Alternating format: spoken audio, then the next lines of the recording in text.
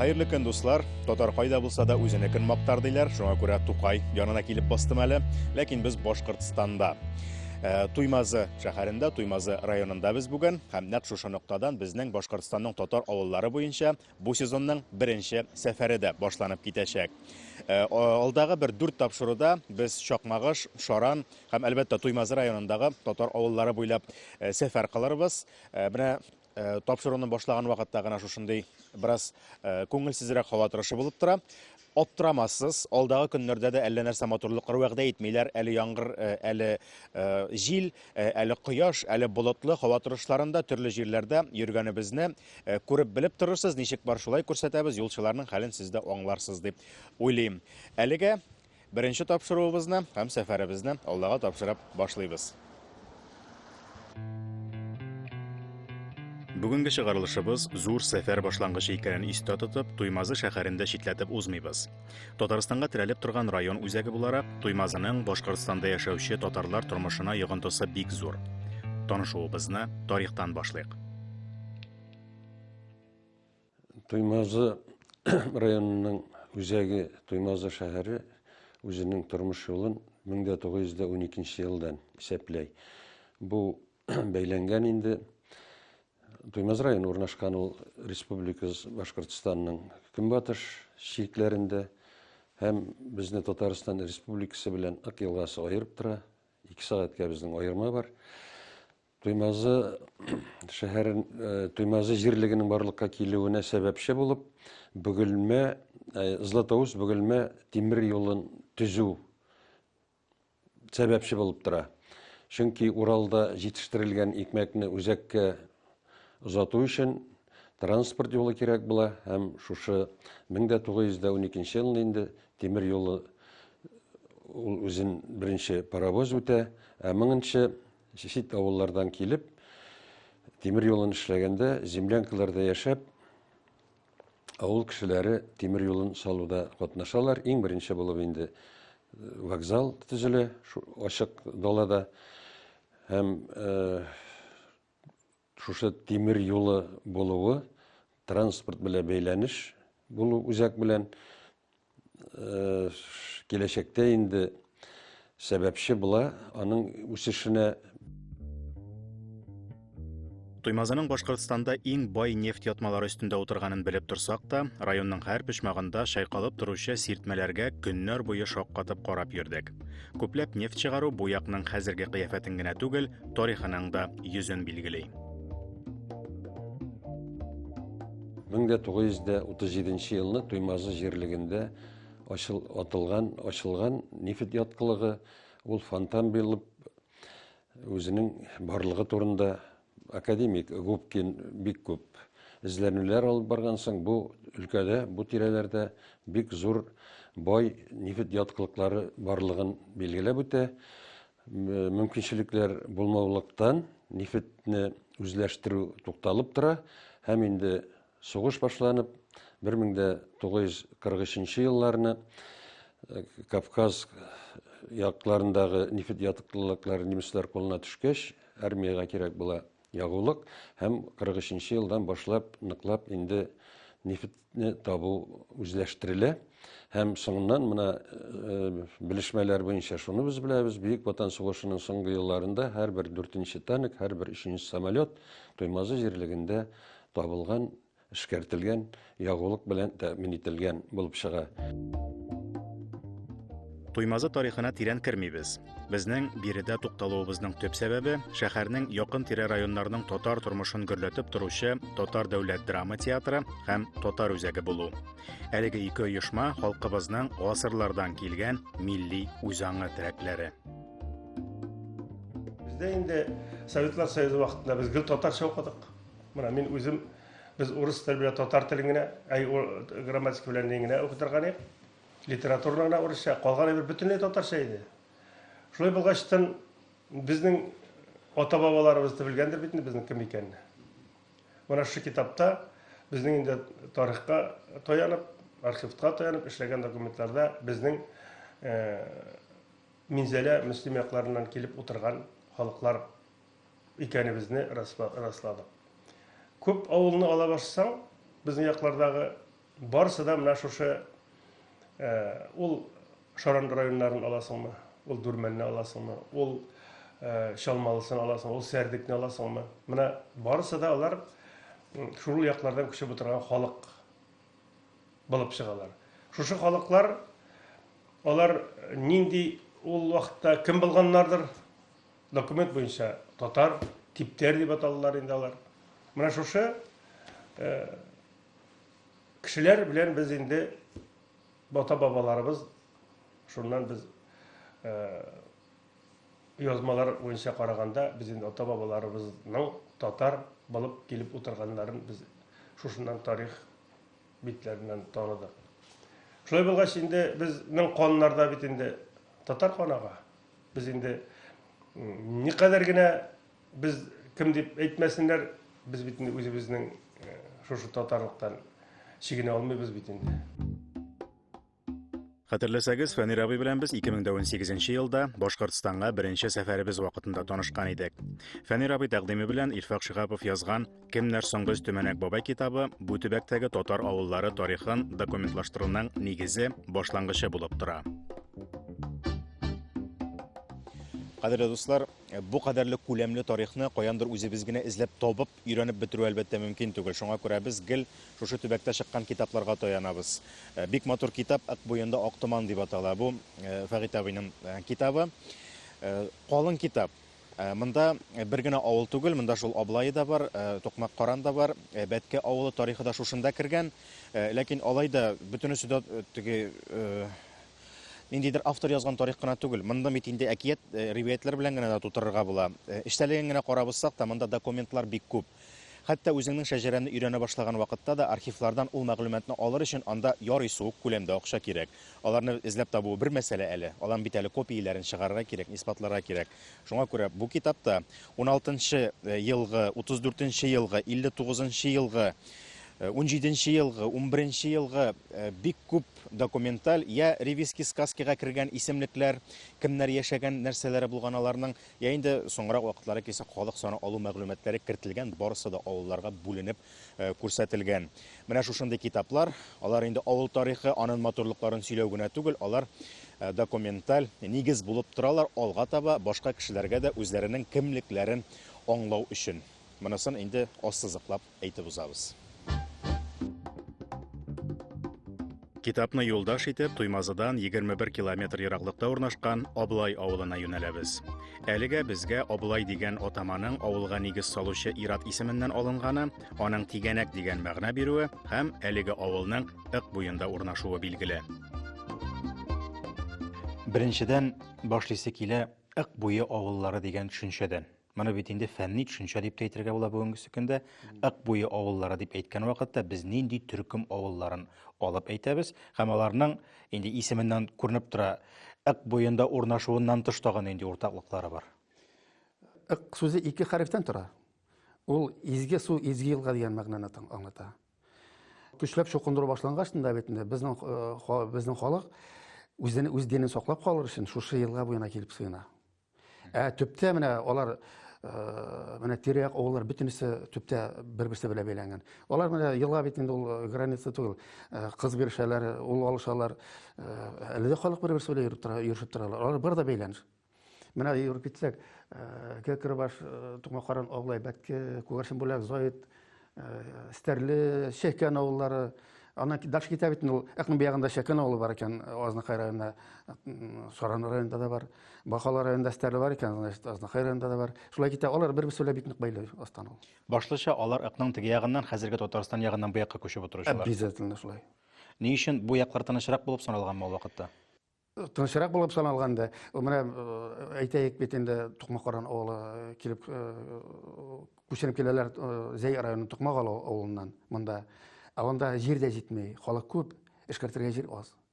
Аннан соң бит көчләп чукындыру башлана, халык аман да биякка килә көчләп. Шуннан халык бер кавым татарлар кем биякка күчеп килергә тиеш булалар инде. Күчеп килеп нигез салалар һәм монда тынычлык табалар. Менә шул чукындырудан качып килгәнгәдерме, авыл халкы үзенең тарихына, диненә бик җаваплы карый. Биредә әледән-әле онытыла барган һәйкәлләр дә яңартыла, аларның тарихына яңа сәхифәләр өстәлә тора.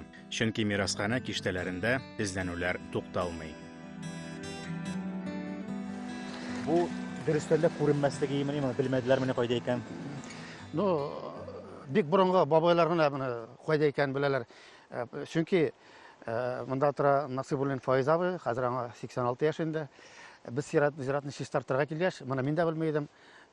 Мин шушыны күрсәтергә килдем дип әйткәч тә инде халык үз аптырашта калды анда. Вроде бы олыгына яшьтәге кешеләр бит, алар белмәйләр. Аннан соң инде шушыны эзләп табып чистартып, моны аяк ташларны ишелгән я, монда агачлар үсә, агачлар олыгайып, пешереп сынып, ишеп төшергән я. Яңадан соң ташларын өеп, рәткә китереп менә быел җәйкене менә шушы һәйкәлне мин китереп куйдым. Чөнки каян китереп чыгардым, билгесез мулла хәбәре дигән авылда дип бирәләр. Бәхеткә каршы шушы авылларның указы муллаларның списогы сакланган архивта, Башкортстан милли архивында. Шул списокка карап, шушы указы мулланың кабер икәнен ачыклап, шушынды билгеләп куйдык менә. Бу яктагы татар авыллары тарихының тагын бер үзенчәлеге аның җир бүлү, җир алу, җир белән бәйле бәхәсләргә багышланган документларга бай булуы. Бәхәс чыгу бердә күңелле әйбер түгел, әмма хөкем документлары тарихчыларга бик күп яңа исемнәр бирә, фәнни хезмәтләр нигезе булып тора. Тарихи язмаларга караганда беренче тапкыр 1752 елның 22 июнендә җир белән кулланырга килешү төзегән вакытта беренче тапкыр искә алына. Килешүне кем белән төзиләр? Бу якта җирнең хуҗасы була, димәк, ул вакытта. Әйе. Кем белән төзелә ул килешү? Китаптан карарга кирәк. Исем белән түгел, башкорт кабиләләренең җире буламы? Әйе, башкорт кабиләләренең җире була, алар белән килешү төзелә. Һәм килешүдә бар башкорт ягы. Һәм килеп утыручылар кем дип атала ул вакытта? Килеп утыручылар ул вакытта типтәрләр. Типтәрләр. Әйе, алар белән килешү төзелә. Ул Башкортстан милли архивында саклана ул язмалар. Димәк, менә бу ак буендагы барлык авыллар да күчеп утырган вакытта башкорт ягы белән килешү төзегән, җирне алган, хәзерге тел белән әйтсәк, арендага алган булса, һәм шунда урнашып киткән авыллар булдыралар. Ничә авылны әйтергә була бүгенге көндә менә Акбуя авыллары дип һәм ничә авылны әйтергә була татар авыллары дип инде Башкортстандагы татар авыллары дип. Акбуенда авыллар алар бар да татар авыллары инде ул. Аблай авылы теркәлгән беренче архив документы 1752 елга караса да, анда 2 ясаклы татарга җир бүлеп бирү, аларны авыл җирләренә кертү турында сүз бара. Димәк, бу чорда Аблай ярый суык үскән нык авыл булган. Бу авылга килеп нигез салучылар иң башта моны урамга нигез салган булалар. Безнең артта кала әле Ягорский урамы. Ничек? Ягорский урамы. Ни өчен Ягорский урамы дип исем кушаларга халык, урындагы халык? Чөнки тау башында өстә Егорьевск дигән урыс авылы була. Алар шушы урамнан тегермәнгә йөри торган булалар. Аблайда Акта битендә су тегермәне. Шунда тегермәнгә йөри торган булалар. Шуңа ул урамга, артта калган урамга Ягорский дип йөртәләр. Аны бүгенге көндә дә халык Ягорский урамы, аның почта адресы икенчендә. Беренче килгән төп халык менә ул Шүкүш урамы дип атала. Беренче килгән Аблайга килеп утырган төп халык менә шу урамга килеп нигез салган дип әйтәләр аны халык. Ягы яр буенда була. Аларның магазиннары була менә шунда әле, кибетләре, мәктәпләре шул якта була. Хәзер уже күчтеләр инде барда. Бу Короган елганың исеме бик сәер генә исем булды. Бу әйтеп үтүемчә, Аблай кырында әле археологик казылма эшләре алып барылмаса да, урын су җир төбәгенең аталышы бу якта күчмә халык вакытыннан халык яшәгәнлегенә ишара ясый. Чөнки менә бу елга Акуш елгасы дип атала, монда нефтяниклар бик яхшы үз эшләрен эшләйләр, корып бетеп бара инде ул. Ул тарихи язмаларда телгә искә алына ул, тау башына агып төшә, ыкка куя. Карый баручы Акуш елгасыннан элекке заманнан ук 17 чишмәсе белән дан тоткан Тукмак Каранга юнәләбез. Әлеге авыл шулай ук 1753 елга караган җир бүлеп бирү турындагы документлар аша билгеле. Токмак Каран авылын без ишеткәннән үк егетләр белән үзара тукмак дип кенә атап йөртәбез. Үпкәли күрмәсеннәр әлбәттә, чөнки безнең якта бәрәңге төя торган агач эш коралын тукмак дип атап йөртәләр. Арын дөрестән дә инде булай мәгънәсенә төшенә башласам, агач күсәкне тукмак дип әйтәләр. Аннан соң менә шушы Фәрит абыйның китабыннан укып белдем, тукмак дигән сүз ул төрки халыкларының кайберләрендә ру кабилә дигәнне дә аңлата. Шулай булгач, авылның исеме килеп чыгышы турында төрле фаразлар корырга мөмкин. Менә булган версияләрен, вариантларын сезгә әйтеп кенә узам. Гомумән, килеп чыгышына килсәк, Татарстанның Зәй районында Иске Токмак дигән авыл бар. Ул авылның тарихы 1677 елдан башлап билгеле. Ул төбәкләрдә элек-электән халык күп яшәү сәбәпле күченеп китүчеләр хайран булган һәм аларның бер төркеме менә шушында ык буена килеп, әлеге Токмак Каран дигән авылга нигез салганнар һәм исем дә биргәннәр. Токмак дип инде алар теге үзләренең туган авыллары исемен калдырганнар, Токмак Каран булгач, Каран чишмәсе янындагы Токмак авылы дигән мәгънә килеп чыга. Токмак Каранның атаклы чишмәләренә килсәк тә, аларның суын авыз итү насыйп булмады, җәмәгать. Гасырлар буе бөтен авылны туендырып торган чишмәләр әле дә тәрбияләнеп торсалар да, элекке матурлыклары нык сүрелде ди авыл халкы. Бу суны берәр насос белән кудыралармы, юкмы? Yok. Sana çok düşemedi. Авылга хәтле һәрбер йортка кертелгән. Ay kırtılgan. Bunda bir aviyon küp bit. Basım küp ismi. Basım küp. Bana bu başı yoğun. Torba yoğun bulga istege düşkeşini ostan düşkeş. Buna şimdi Antakya'da gitkeninde, Desetka'da gitken.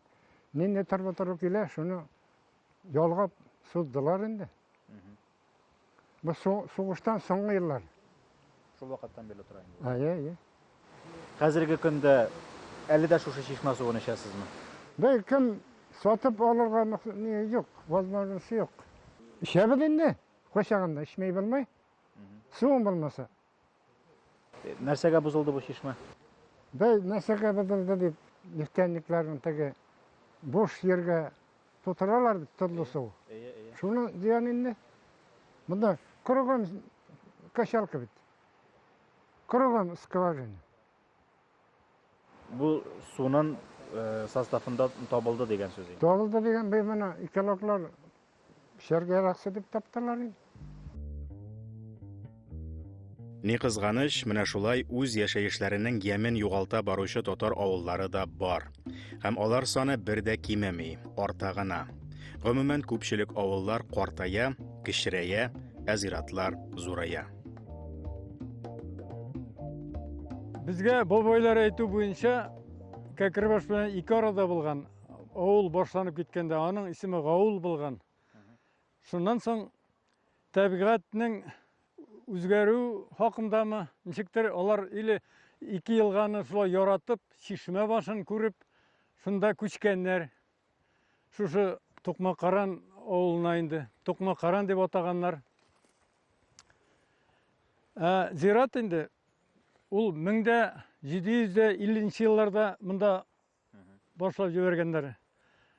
Чөнки шундый каберләр бар, таш белән генә әйләндергән. Шул анда уже ташларының язмалары да юк. Но элекке вакытта бит строительный материал шул таш булган бөтен җирдә. Зират. Без моны зиратны Әсгать минем элек караган Жизней булган, Әсгать Жизней Габитов. Ул вакытта зурайттык зиратны. Менә периметр буенча 10 метр аскаякны, 10 метр бияка чыгардык. Шул яңа җиргә күмәбез халыкларны. Но сөякләргә тап булабыз, элек күмелгән. Бабайлар әйтү буенча инде шушы гражданнар сугышында может бу мусулман кеше булмаган кешеләрне ишкә күмдермәгәннәр. Зират читенә күмдергәннәр. Шуңа безне бабайлар шулай аңлата инде. Тарихны гел кабатланып тора диләр. Бу сүзләргә бик ышанасы килә. Кайчандыр җир дип килеп, гомерле булсын дип нигез салынган авылларда инде берничә дистә ел халык читкә агыла. Шартлар шундыйга үзгәрә. Хәзер элекеге кебек уңдырышсыз булса да, үз җирем дип ябышып ята торган чак түгел шул. Бу акның теге ягы элек Тоқмақаран жерлері болған. Ана Коктауға барып, қадар Коктау деп аталған биіктілік, онда ашлық шеше тұрған болғандар шығып. Мында көпір салғандар арқылы тұрға Тоқмақаран ел сайын ташыдан соң көпір сала тұрған болған. Қазірге Тоқмақаран болынлары әлекеге Бөгілма көпесі Беловнықа болған. Революциядан соң ол жерлер, Белов жерлері Қоразирікке қалған. Қоразиріклер 2 километр шыннан бейгірі үстері көкінің көпір сала тұрған болғандар. Бұл олар үшін де қиын болған, Тоқмақаран халқы үшін де қиын болған. Шулай да Тоқмақаран халқы обращаться еткен Қоразирікке алмашайық бұлынларыны деп. Халық нишләптір Қоразирік халқы қаршы шыққан. Хотя мұндағы бұлынлар зуррақ, әйбәтірек үләні. Исеме Батқы, ягъни сазлыклы урын дигәннән килеп чыккан Бәтке авылына юнәләбез. Аның тарихы шулай ук 18 гасырга барып тоташа. Борынгырак тарихына килгәндә, әлеге авыл чыгышы белән Татарстан Республикасының Тукай районы Бәтке авылыннан. Татарстандагы Бәткәгә 1617 елда нигез салынган булган. Монда тарихы мына Бәткенең мәчете шушында булган. Манадасан кескәштен, мында ни клуб итеп калдыргандар. Ол агач клуб ел, агач клуб, агач мәчет булган. Ол нидән соң мәчет манарасы киселгәннән соң бүтән бер кайшында торгызылмады, бүгенге көндә мәчет юкмы авылда? Юк, авылда юк. Шуңа күрә хәзер теге спонсорларда ниләрдә юк. Бу эштә теге бөтенсә пенсионер ниләр булгачтан нитмәләр. Әле аблай мәчетен әле спонсорлар булгач тойгыдылар. Менә бездә юк спонсор. Мәдәният йорты кайчан бетте? Мәдәният йорты шул ни инде? Шушы клуб ничәнче елда бетте ул? 68ләрдә үк бетте ул. Шуннан бирле мәдәният. Юк, мәдәният йорты юк. Теге оптимизациягә эләкте дә ул. Бәткене битерәбез диделәр дә, магазинда алып киттеләр. Нинде алып киттеләр? Халык ник калды әле дә яшиләр монда? Безгә оптимизациягә эләктек, халык күчмәйбез, туган җирдән күчмәйбез диделәр. Берсе дә күчмәйбез диделәр. Шуңа күрә менә әле Бәткә калды. Менә Тукмакаранны Кәкрбашка менә алдая күчәргә уйлаганнар. Оптимизация итеп улайталар бит. Менә шуңа безнең авыл халкы дружный булды. Элек-электән менә бездә 2 бригада. Менә канышный монда бар. Безнең эштә канышный бар. 2 бригада, 2 правление. 60-нчы елларда перспективасыз дип аталып бетерелгән авыллар сирәк булса да очрап тора безгә. Бәткәнең дә 60-нчы елларда сүнергә тиеш булган утлары бүгенге көндә дә балкый. Әмма шул перспективасыз дигәннең кайтавазы бүгендә Бәткәне эзәрлекли ахырысы. Әгәр дә Бәткә кайчанда булса, дөнья йөзеннән юкка чыкса, ул нәрсәдән юкка чыгарга мөмкин хәзерге көндә? Сәбәбе нәрсә булырга мөмкин? Сәбәбе яшьләр булмауда, менә уже пенсионерлар, уже авылда пенсионер гына калды бит. Яшьләр булмауда, менә ул Бәткә битәчәк, әгәр дә нисә. Һаманда менә хөкүмәт ярдәм итмәсә, безгә хотя бы магазин ясаса, халык җыела. Яшьләр юк бит. Шуңа күрә клуб юк, мәктәп юк, ни юк. Ничек нитәсен? Ул халык яшьләр калмай авылда. Аларга эшләргә ни кирәк? Акча кирәк, ни кирәк? Яшәргә кирәк. Бөтен мәсьәләсендә ничек? Кайталардыр бит инде монда. Оныкларыдыр, кемнәрдер, татарчалары бармы әле дә? Алай кайталар, ниләр? Хәзер теге элек киткәндәр бик кайтмый. Теге туган томашалар булса, булмаса кайтмыйлар. Уже тегендә тепләнеп калдылар. Менә юксаң директор заводлар, ниләр, бөтен ниләр бар бит инде. Алар уже туганнар булмагач кайтмыйлар.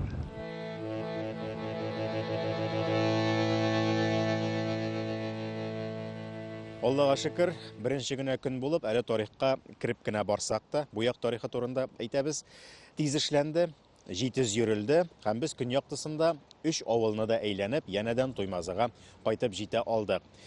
Киләсе тапшыруларда без Туймаз районыннан бераз читкәрәк китеп, Шаран, Чакмагыш якларына да сәфәр кылырбыз. Бүгенгә шушы якты вакытта мотор һәм тарихи шәһәр Туймазыны әйләнеп чыгарга, аның гүзәл урыннарына күз салырга дигән вакытны да калдырдык әле үзебезгә. Юлда булгачыннан һаман сайын эшләргә генә димәгән, безнең хезмәтнең дә кичкенә генә булса да өстенлекләре бар. Эш качмас. Әлегә сезнең белән саубуллашып торабыз. Киләсе сәфәрләргә кадәр.